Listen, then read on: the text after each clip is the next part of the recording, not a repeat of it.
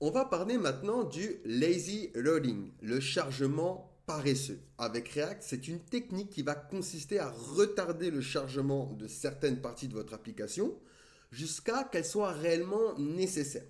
Ça peut améliorer les performances en ne chargeant que le code dont vous avez besoin au moment opportun, plutôt que de tout charger dès le début. Donc imaginons, je vais avoir deux composants ici. Donc je vais me créer deux fichiers, composant a.jsx, et ici, je vais m'en créer un deuxième, composant b.jsx. Dans le composant B, on va faire un truc très simple, hein, export default function composant B, il va venir return tout simplement un h2 avec composant B. Ok. Au niveau de notre composant A, hop, alors on va venir déjà importer composant A au niveau de notre app. Donc import composant A from. Donc on va aller chercher dans components. On va chercher composant A. Et on va venir l'afficher. Composant A. On vient dans composant A. Et ici, ce qu'on va faire, c'est qu'on va import. Donc, on va avoir besoin de useState. On va avoir besoin de lazy. Et on va avoir besoin de suspense. Donc, from la bibliothèque de React. Ensuite, on va se faire une variable. Const. On va l'appeler composant B. Est égal du coup à lazy. Et ici, on va import et on va aller chercher du coup composant B. Ensuite, on export default une function composant A et on va se faire du state. Alors, ici, pardon, il manque, voilà, des parenthèses.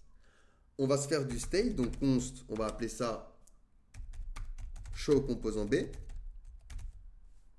et set show composant B. Donc est égal à useState et on va lui dire false. Donc ça va être un booléen. Donc maintenant, ce que je vais pouvoir faire, c'est return. Donc on va return un H1, composant A, et un bouton pour afficher le composant B. Donc button.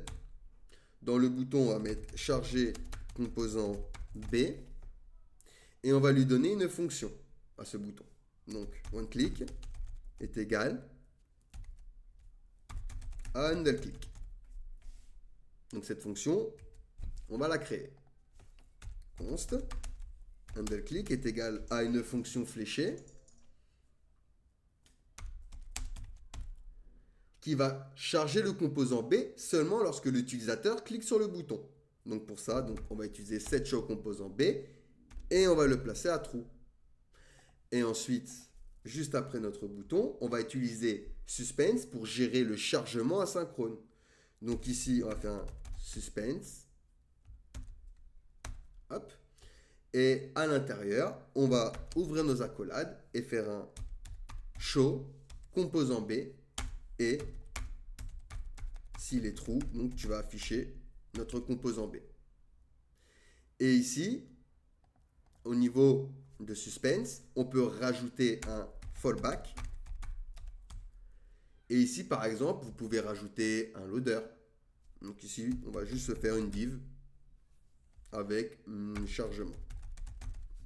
1, 2, 3. Donc ici, j'ai mon composant A. Et si j'appuie sur mon bouton, hop, mon composant B est apparu. Dans cet exemple, le composant A a un bouton qui, une fois cliqué, déclenche le chargement du composant B. Le chargement du composant B se fait de manière asynchrone grâce à notre fonction import et grâce à lazy. Le state de show composant B est utilisé donc pour conditionner et afficher le composant B une fois qu'il a été chargé. Et lazy nous permet de le charger dynamiquement En plus de ça, le composant suspense est utilisé donc pour gérer le chargement asynchrone ici. D'accord? Ça va gérer le chargement asynchrone et afficher un indicateur de chargement, donc un fallback. Comme je vous ai dit, vous aurez pu mettre un loader par exemple, ou chargement en cours, etc. pendant que le chargement du composant B, charge. Donc voilà, pas plus compliqué que ça pour lazy et suspense. Allez, posez-moi des questions si vous en avez, sinon on va pouvoir passer à la suite.